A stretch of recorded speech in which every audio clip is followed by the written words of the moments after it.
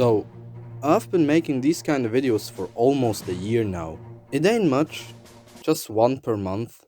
Well, it ain't surprising if I go to work 3 times a week, go to school 2 times a week, gotta prepare for exams, look after the family, and spend time with my hobbies. It becomes really hard to at least make 2 videos per month. And sometimes if I even got the time, but ain't got no motivation, I won't do anything. You will never gonna hear me pretending to be happy in front of the recorder. I swore to myself, I will stay real, make videos about the gaming genre, and try to be a small but honest voice on this platform. Which is pretty hard, as I have experienced, especially if you ain't the best friend of the algorithm. But nevertheless, I'm too busy to focus on the bad things. Our time in the world is limited. I rather look forward, try to motivate myself with the positive things, and just forget about all the regrets of the past. In the end, I can't change it anymore, except for learning from them and look at the whole situation from a positive perspective. Therefore, I'd like to thank all of you for being part of this community and spend your time listening to me. This is of course not self-evident. I really appreciate you.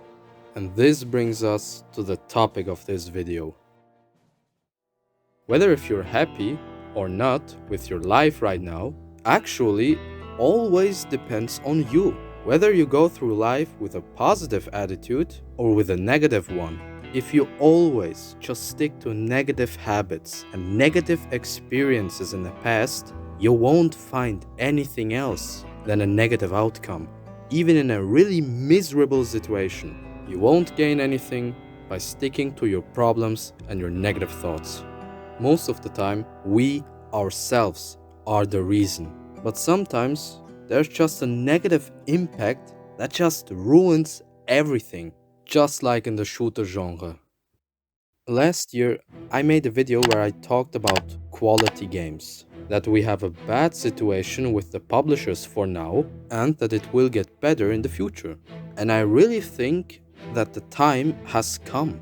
Summer 2025 until the end of 2026 might be the best year for shooter games. I mean, just take a look at this roadmap.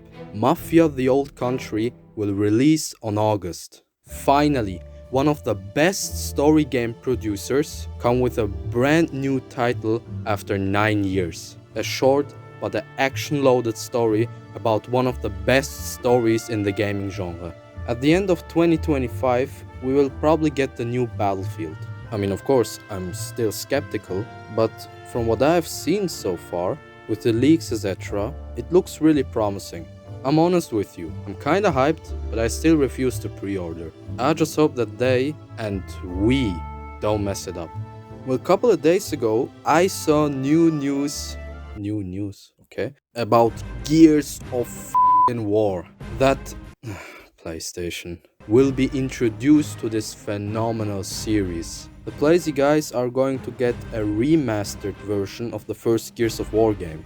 I guess as some kind of preparation for E-Day, which means that we might get E-Day at the end of 2025 or right at the beginning of 2026, right before GTA 6 comes out. Wow!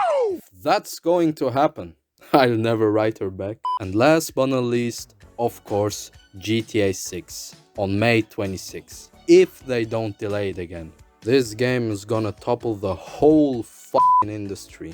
Oh boy. So as you can see on my personal list, we have a great bunch of story games and if we're lucky, a very good multiplayer. It really can't get worse, is what I said when I made this list. But karma just always finds a way. From one fight on to the next, 2 outlaws ride with their weapons flexed. One is quick, the other's tall. Together they'll kill them all.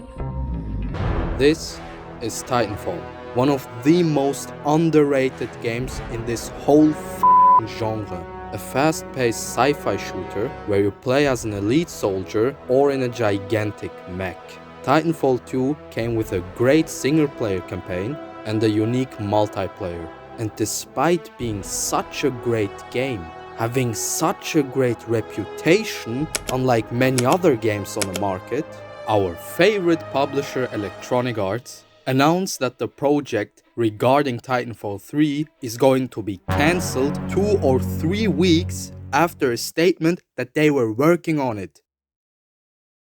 And listen, even if you're not a fan and never heard of it, it's still important as hell for you to know this.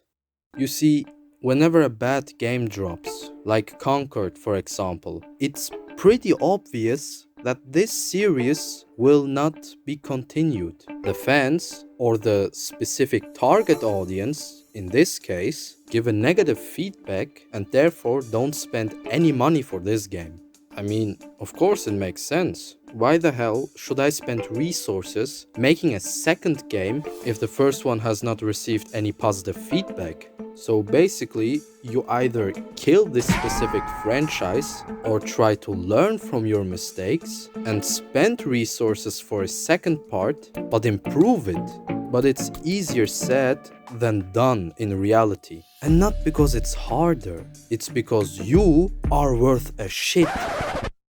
You see, one of the problems in this industry, why many devs and publishers don't execute the wishes and the desire of its community, it ain't because it's hard to gather it. It's cause your feedback ain't nothing more than just numbers. Gaming is business.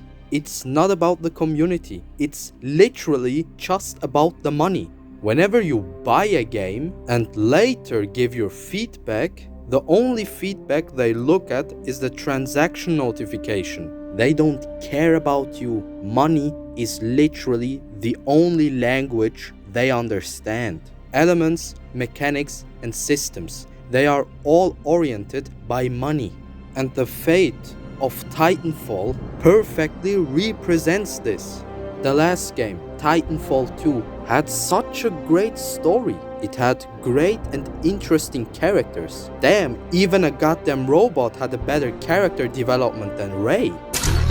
You had so many different levels. Close quarter fights, huge mech fights, a parkour on spaceships, and a goddamn time traveling level. Time traveling, No surprise it's such a favorite in the FPS community. And the multiplayer as well. It was so great. Infantry only, mixed with mechs or only mechs. This game had no reason to hide itself behind COD. The only reason why EA saw this game as a failure is because of the small audience. Not because the game was bad. It was released during a bad time. Back in 2016, Advanced Warfare, then Black Ops 3, and then Infinite Warfare. Seeing another game with the same scenario just wasn't interesting for the people. And by now, as you can see on the internet, people were begging for the third part. The Titanfall series had no bad reputation. EA even missed the best time period to release Titanfall 3. The game was received well and had so much positive feedback, but the feedback of a guy in a suit was more prioritized. Therefore, doesn't matter what you say, whatever you write, how long your feedback is, whether it's positive or negative, as long as the money ain't right, there will be no continuation. And that's why you and me are worth a shit.